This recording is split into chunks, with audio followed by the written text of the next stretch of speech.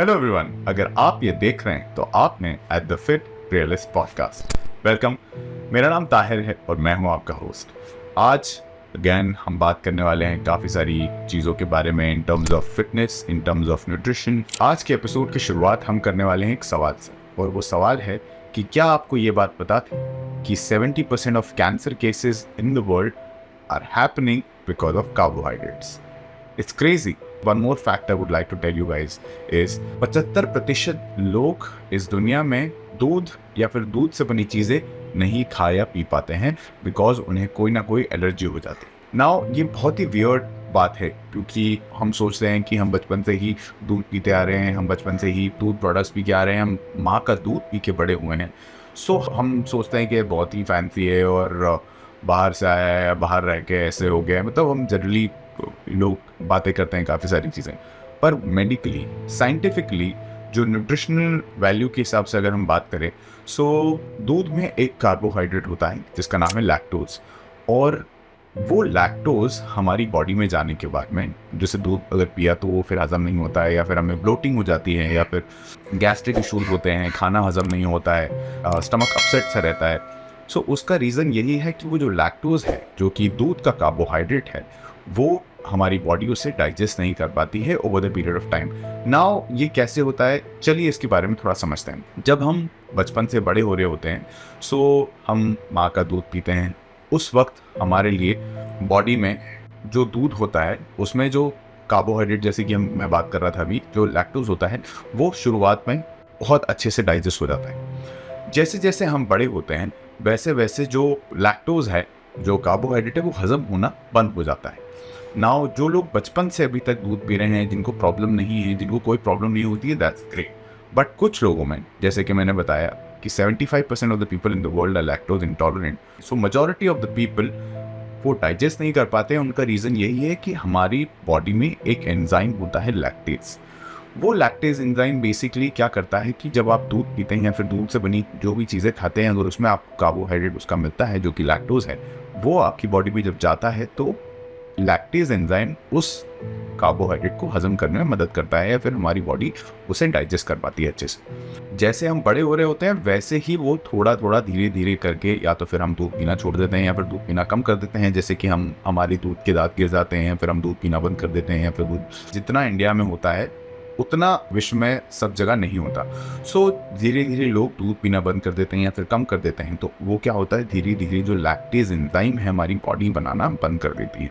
और उसकी वजह से जब हम थोड़े दिनों के बाद या फिर बड़े होते रहते हैं और कभी हमने दूध की कोई भी आइटम खाई या फिर पी, तो उससे क्या होता है, हमारी बॉडी अजीब तरह से रिएक्ट करती है, क्योंकि वो लैक्टेज एंजाइम हमारी बॉडी प्रोड्यूस करना बंद कर देती है, और उसकी वजह से हमारी बॉडी में लैक्टोज जो होता है वो हजम होना बंद हो जाता है, और उसी की वजह से दूध की सारी चीज़ें हम हजम नहीं कर पाते हैं over the period of time. So that's one of the reason why people, 75 majority of the people in the world are lactose intolerant. Next topic हम बात करते हैं कि जब हम बात करते हैं या फिर लोगों से सुनते हैं कि मैं बहुत हेल्दी खाना खाता हूँ, मैं घर का खाना खाता हूँ, और उनसे जब पूछा जाता है या फिर आपने कभी किसी से पूछा होगा कि आप हेल्थ के लिए क्या करते हैं, तो वो कहते हैं कि मैं हेल्दी खाना खाता हूँ, घर का खाना खाता हूँ, दाल चावल रोटी सब्जी अगर मैं खाता हूँ तो मैं घर का खाना खाता हूँ। अब वही लोग वो एडवाइस को सेम अपने आप पर फॉलो करने की कोशिश करते हैं। वो जब फॉलो करने की कोशिश करते हैं तो वो उन पे वो काम नहीं कर रहा होता है और वो बहुत परेशान होते हैं। वो लोग दाल चावल रोटी सब्जी खाना शुरू करते हैं और वो घर का खाने पे आ जाते हैं। वो बाहर का खाना नहीं खाते हैं और वो घर के खाने पे आ जाते हैं। उसके बावजूद भी उनका वेट कम नहीं हो पाता। अब वो समझते हैं कैसे। सबसे पहले हेल्दी खाने की बात करें तो जिन लोगों से आप हेल्दी खाने की बात, या फिर हम मार्केट में सुनते हैं जो लोग हेल्दी खाने की बात करते हैं, तो वो ये बोलते हैं कि वो रिप्लेस कर देते हैं। वो कैसे करते हैं कि अगर मैं आटे की अगर रोटी खा रहा हूँ तो वो बोलेंगे आपको कि आटे की रोटी मत खाओ, आप आटे की बजाय ज्वार ले लो, बाजरा ले लो, नाचनी ले लो, ये आटा आप लो, या फिर मल्टीग्रेन आटा ले लो, वो हेल्दी होता है। सो आप वो लेना शुरू कर देते हैं। फिर वो कहते हैं कि मैं दाल के साथ में, दाल में बहुत प्रोटीन होता है, लोग ये मानते हैं कि दाल में काफ़ी प्रोटीन होता है, और बिल्कुल जाहिर सी बात है दाल में प्रोटीन होता है। यस, दाल में प्रोटीन होता है, तो मैं दाल के साथ में वाइट राइस नहीं खाता हूँ, मैं दाल के साथ में ब्राउन राइस खाता हूँ आजकल, तो मैं हेल्दी रहने की कोशिश कर रहा हूँ, या फिर मैं अपने डाइट को चेंज करके ये सारे चीज़ें अप्लाई कर रहा हूँ। सो वो लोग क्या करते हैं, वो आटे को रिप्लेस करके, व्हीट को रिप्लेस करके ज्वार, बाजरा, नाचनी ये सब इंक्लूड करते हैं, और वाइट राइस की बजाय वो इंक्लूड करते हैं ब्राउन राइस। पर उसके बावजूद भी वेट कम नहीं होता, और वो नहीं होगा क्यों? क्योंकि आप व्हीट खाओ या फिर बाजरा खाओ, ज्वार खाओ, आटा खाओ, चावल खाओ, वाइट राइस खाओ, रेड राइस खाओ, ब्राउन राइस खाओ, ब्लैक राइस खाओ, कुछ भी आप जो भी खाएंगे उसमें से आपको एंड रिजल्ट, जब आप खाना कुछ भी खाते हैं तो पेट में जाने के बाद पचता है। पचने के बाद में उसका जो लास्ट पार्टिकल होता है, वो इन सब का जो लास्ट पार्टिकल होगा वो एक ही होगा, एंड रिजल्ट एक ही है, आपको मिलना है ग्लूकोज, मतलब शुगर। सो आप आटा, चावल, दाल, भाजी, सब्जी, रोटी, आटे की रोटी या फिर बाजरे की रोटी, ज्वार की रोटी, किसी भी चीज़ की कोई भी प्रकार का आप ये चेंजेस कर रहे हैं, इससे आपके फैट लॉस में फ़र्क नहीं पड़ेगा, क्योंकि आप अभी भी वही चीज़ कर रहे हैं जो आप पहले कर रहे थे। सो चलिए बात करते हैं जिन लोगों का सोर्स ऑफ प्रोटीन दाल होता है, that is extremely wrong and a complete outdated idea. अब मैं आपको बताता हूँ क्यों। उससे पहले हम ये समझते हैं कि प्रोटीन का सोर्स अगर दाल है आपका, तो प्रोटीन में 20 अमीनो एसिड्स होते हैं। उसमें से ये हम पहले समझते हैं कि जो 11 अमीनो एसिड होते हैं वो नॉन एसेंशियल होते हैं। नॉन एसेंशियल का मतलब है कि हमें उन्हें डाइट से लेने की ज़रूरत नहीं होती, बिकॉज हमारी बॉडी उन्हें खुद बनाती है। सो वो 11 नॉन एसेंशियल अमीनो एसिड हमारे लिए इम्पॉर्टेंट नहीं है, या फिर मैटर नहीं करता कि हम उन्हें डाइट से लें। तो हमारे लिए क्या इम्पॉर्टेंट है कि हम हमारे जो 9 एसेंशियल अमीनो एसिड जो बचे हैं वो हमें बहुत इम्पॉर्टेंट है हमारे लिए कि हम वो डाइट से लें, क्योंकि हमारी बॉडी उन्हें नहीं बना रही है। और it's very very important for our body to work in an efficient manner कि हम उन्हें डाइट से डालें, इसलिए क्योंकि हमारी बॉडी के बहुत सारे हार्मोन्स, काफ़ी सारी चीज़ें, हमारी बॉडी का फंक्शन, स्ट्रक्चर उन पे डिपेंड करता है, उन्हीं से काफ़ी सारी चीज़ें बनती हैं। सो नाउ जो ये सोच रहे हैं कि मैं दाल खाने से मुझे प्रोटीन मिल रहा है, विच इज़ करेक्ट, प्रोटीन मिल रहा है, पर उनमें ये 9 एसेंशियल अमीनो एसिड्स होते ही नहीं। सो आप अभी भी वो चीज़ कर रहे हैं जो हमारी बॉडी को ज़रूरत नहीं है, जो हमारी बॉडी ऑलरेडी बना सकती है फ्रॉम विद इन। अंदर ही हमारी बॉडी उन 11 एसेंशियल अमीनो एसिड्स को बना सकती है। सो आप उन 9 एसेंशियल अमीनो एसिड्स को प्रोवाइड नहीं कर पा रहे हैं, जिससे कि आपकी बॉडी का सारा स्ट्रक्चर बन रहा है, सारे हार्मोन्स बन रहे हैं, पूरा फंक्शन हो रहा है इन अ प्रॉपर मैनर। सो ये आइडिया कि आप दाल खाएं to fulfil your daily protein requirement is extremely wrong and a complete outdated idea. People who are telling you this, that you have include dal to have the protein source, they are probably outdated. उनका knowledge outdated है and they're uneducated. That's it is, guys. That's it is. Like, that's the truth.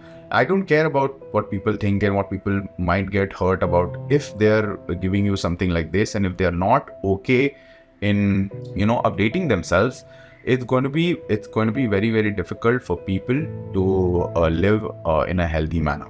Thank you. आज भी हमारे यहाँ पर बहुत सारे लोगों में ये मिसकंसेप्शन है हमारे यहाँ पर कि फाइबर जो होता है आपकी बॉडी के लिए एक्सट्रीमली इंपॉर्टेंट है for your digestion basically. So when somebody says this to me, I look at them and I smile at them and I'll be like, get educated. Because I'll tell you why. Because there is a lot of material on the net, on the web, that you can go out there and find, but how do you know that it's the correct thing for you? अब वो समझते हैं पहले fibre क्या होता है. Fibre is a kind of carbohydrate. Fibre जो होता है ये खुद itself, fiber itself cannot be digested by the body. It's crazy what people think कि fiber is helping in some kind of digestion in the body, so that your digestion gets better because you are eating fiber with protein. Protein digest अच्छे से होगा और उसके साथ fibre खाओ. It's extremely wrong. Again, people who are talking about this is they don't have an idea about nutrition. they don't have the knowledge, the correct knowledge, the updated fitness science knowledge for them to say anything like that. It's crazy. Now imagine me having protein with fiber, thinking ये ही मेरी body को help करेगा digestion करने में, because protein is the most bioavailable macronutrient in the body. Protein से हमारी body में काफ़ी सारी चीज़ें, काफ़ी सारे हार्मोन्स बनते हैं and it's very easily digested. Now fibre लोग बेसिकली इसलिए भी खाते हैं फाइबर क्योंकि उनका डेफिकेशन जो प्रोसेस होता है इन द मॉर्निंग, सुबह जाते हैं फ्रेश हो जाते हैं, मज़ा आया अच्छे से. डेफिकेशन प्रोसेस होता क्या है? Let's just understand this. Defecation process होता है जो आपकी बॉडी, आपने बहुत सारा खाना खाया और वो बहुत सारा खाना दूसरे दिन आपने निकाला, ये होता है डेफिकेशन प्रोसेस. जनरली इन हमारे यहाँ पर वो चीज़ें खाई जाती हैं जो हमारी बॉडी डाइजेस्ट नहीं करती है, जैसे कि फाइबर हमारी बॉडी डाइजेस्ट ही नहीं करती है, और हम बहुत सारा दिन में कचरा खाते हैं जिसको कि हमारी बॉडी को नेक्स्ट डे फोर्सफुली निकालना पड़ता है क्योंकि हमने उतना सारा कचरा खाया है. So defecation process is this, that you eat garbage and then the next morning you remove garbage from your body so that you can eat garbage again.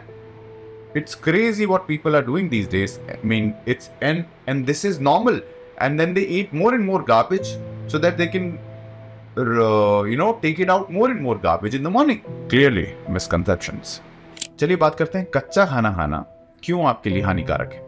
आपको कच्चा खाना खाने के बाद बहुत सारी ऐसी चीज़ें मिलती हैं जिससे कि आपके न्यूट्रिएंट्स के जो अब्जॉर्प्शन है वो ठीक से नहीं हो पाता. चलिए बात करते हैं कौन कौन से, जैसे कि साइटिन एंड ऑक्सैलिक एसिड आपको उसमें प्रोवाइड होता है कच्चा खाना खाने से, जो कि आपके विटामिन एंड मिनरल्स को ठीक से अब्जॉर्ब नहीं होने देते हैं आपकी बॉडी में.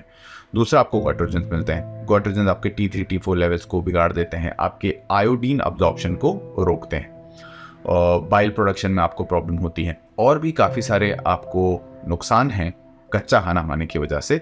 और ये सारे जो एंटी न्यूट्रिएंट्स आपको मिलते हैं ये खाना पकाने के बाद में खत्म हो जाते हैं. And it has proven in the history and in the science that when you cook something it becomes more tasty, you have more and more nutrients in them, and why will I have कच्चा खाना when I get anti nutrients from them. जो मैं nutrient जिस चीज़ के लिए मैं खाना खा रहा हूँ वही मेरे ठीक से अब्जॉर्ब नहीं हो रहा है, तो मैं कच्चा खाना क्यों खाऊंगा. आइए बात करते हैं importance of warm up before you start your workout. Warm up का इंपॉर्टेंस आपके वर्कआउट शुरू करने से पहले क्या है या फिर कितना इंपॉर्टेंट है आपके लिए ये करना.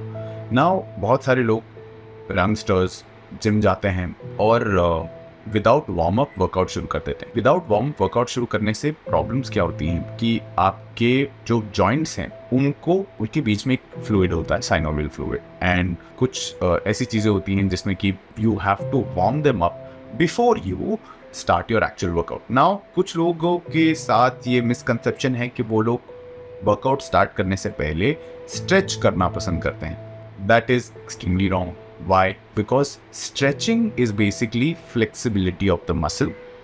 And एक चीज़ जो सजेस्ट मैं करूँगा वो है कि आप मोबिलिटी ड्रिल्स पे ध्यान दीजिए before you start your workout. Mobility drills is something supposed to be done as fast as possible for you to be able to warm your joints.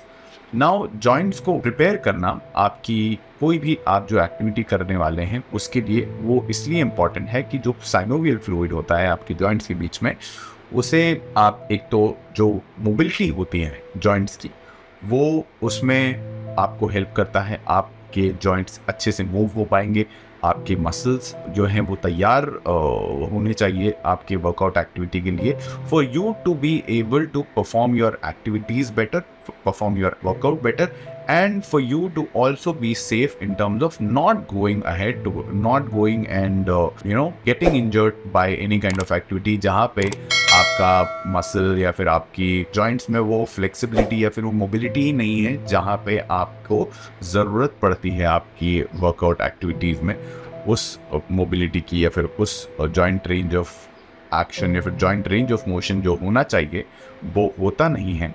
इसकी वजह से आप पहुंच जाते हैं इंजरी की तरफ, और इट्स नॉट सेफ. आप वर्कआउट करते हो ताकि आप स्ट्रांग बन सको, बेटर रह सको, हेल्दी रह सको, पर उसकी बजाय आप इंजरी की तरफ बढ़ो. That is not the correct idea. So instead of stretching आप मोबिलिटी ड्रिल्स कीजिए जहाँ पे आप अपने जॉइंट्स को अच्छी तरह से एज फास्ट एज पॉसिबल अगर आप करते हैं that is going to be better. And at least कोई भी अगर आप चेस्ट शोल्डर ट्राइसेप्स कर रहे हैं तो आप अपने हाथ को hands rotation, full shoulder rotation, cross arm pectoral stretch अच्छी तरीके से एज फास्ट एज पॉसिबल आप कीजिए before you go for your workout, so that your joints are ready for the workout and your muscles will have enough joint range of motion for you to be able to perform the activity better. That's the correct idea. सो चलिए बात करते हैं people in the fitness industry, उनके बारे में बात करते हैं। तो सबसे पहले अगर मैं जिम में जाता हूँ तो मैं सबसे पहले अगर किसी से मेरा सामना होता है तो वो होता है फिटनेस इंस्ट्रक्टर से। तो अगर आप फिटनेस इंडस्ट्री में हैं और सबसे पहले आपका अपीयरेंस सबसे ज़्यादा मैटर करता है कि आप किस तरीके से दिख रहे हैं। अगर मैं क्लाइंट हूँ जिसको मुझे कुछ नॉलेज नहीं है अबाउट फिटनेस, तो मैं अपना ज़िम्मा किसी ऐसे इंसान को दूंगा जो कि सबसे पहले फिट दिख रहा, और उसके बाद उसके पास क्या नॉलेज है और उसका knowledge if it's making sense, उसके हिसाब से मैं उनसे ट्रेनिंग लेना पसंद करूँगा और मैं बिल्कुल उनकी ये रिस्पेक्ट करूँगा। एज अ क्लाइंट मेरी ये सोचूँ कि यार इस बंदे ने अपनी बॉडी बना दी है, इसका मतलब है ये जो बोल रहा है या फिर ये जो भी कर रहा है, मतलब ही knows what he is doing because he has been successful in taking care of himself first and then जैसे भी वो दिख रहे हैं, वो अगर ऐसे दिख पा रहे हैं इसका मतलब है उन्होंने अपने आप पे उनका साइंस अप्लाई किया है और उसके बाद वो इस इंडस्ट्री में है और उसके बाद वो भी मुझे वैसे ही कर पाएंगे जैसे इस वक्त उनकी बॉडी दिख रही है। सबसे पहले ये एज अ क्लाइंट मेरे दिमाग में आता है, तो मैं ये सोचना मेरा गलत नहीं है। और आप अगर फिटनेस ट्रेनर हैं या फिर डाइटिशियन हैं, न्यूट्रिशनिस्ट हैं, तो आपका अपीयरेंस सबसे पहले बहुत मैटर करता है। और क्योंकि हमारी एक फिटनेस कंपनी है और जो कि मैं बहुत सारे लोगों से मिलता हूँ, बहुत सारे ट्रेनर्स से मिलता हूँ, we provide online fitness training across the globe. So मेरा मिलना जुलना काफ़ी सारे ट्रेनर्स से होता है। तो जब मैं उनसे मिलता हूँ, most of the trainers are overweight, they have not been taking care of themselves. They are basically going towards obesity, which is clinically not right. तो अगर आप रिस्पेक्ट चाहते हैं, अगर आप चाहते हैं कि आप ग्रो करें और you should be able to demand your price to the client, so I'm sorry, you need to take care of yourself first and then expect people to look at you and get inspired. I want to be inspired when I go to the gym. I want to be inspired by you. I want to be looking at you and be like, this guy knows what he's doing and he has definitely been successful in building his own body in a certain manner, and I would like to do whatever he says he asks me to do because basically he's saying something and I should definitely respect it. And also I respect the person who has been fit. So as a client मैं ये सोचूंगा, अगर वो आपकी respect नहीं कर पा रहे हैं या फिर उसके अगर आपकी बॉडी अच्छी है या फिर वो आप दिखने में भी अपीयरेंस हैं और फिर भी वो आपकी रिस्पेक्ट नहीं कर पा रहे हैं, तो उसके बारे में हम सेकेंड पॉइंट पे आएंगे कि वो ऐसा क्यों होता है। Now first let me concise it कि अगर आप एक फिटनेस ट्रेनर हैं तो आपका अपीयरेंस बहुत मैटर करता है, और अपीयरेंस के साथ साथ आपके पास नॉलेज तो होना ही चाहिए। पर फर्स्ट अगर मैं क्लाइंट हूँ, अगर मुझे कुछ नहीं पता, तो सबसे पहले मैं आपका अपीयरेंस देख के अट्रैक्ट होऊंगा और मुझे ये बिलीफ हो जाएगा कि आप जो कह रहे हैं वो आपने अप्लाई किया है अपने ऊपर, और if I can submit to you और if I can do what you ask me to do, I will be able to look at least something like what you are looking at this moment. So आपका fit होना बहुत important है। You cannot be overweight, you cannot be fat, you cannot say I am off season all the time. मैंने बहुत सारे trainers को ये कहते हुए सुना है, यार मैं अभी ऑफ सीजन हूँ। First of all there is in the updated fitness science there is no off season. अगर आपका करेक्ट न्यूट्रिशन है, you can never be on off season, you can never look off season. The only way you can look in a certain way or you can look fat is by not taking care of yourself and eating carbohydrates all the time. Facts.